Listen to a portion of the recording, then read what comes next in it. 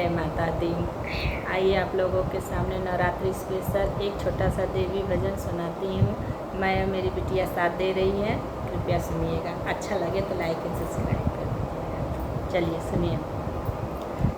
दुआर पे खड़ा बापू जरिया केवड़िया खोला है मैया, केवड़िया खोला है मैया।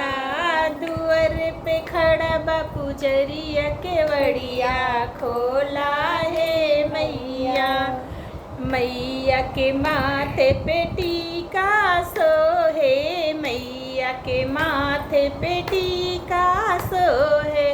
पतिया पे मारेला लहरिया केवड़िया खोला है मैया। पतिया पे मारेला लहरिया केवड़िया खोला है मैया।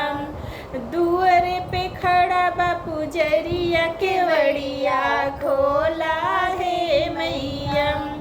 मैया के नाकों में नथिया सोहे, मैया के नाक में नथिया सोहे। मोतिया पे मारेला लहरिया केवड़िया खोला है मैया।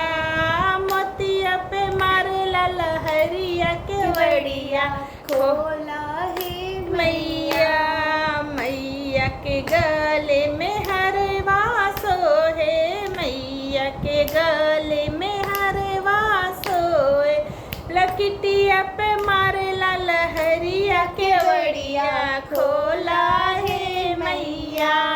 लकिटा पे मारेला लहरिया केवड़िया खोला है मैया। मैया के हाथों में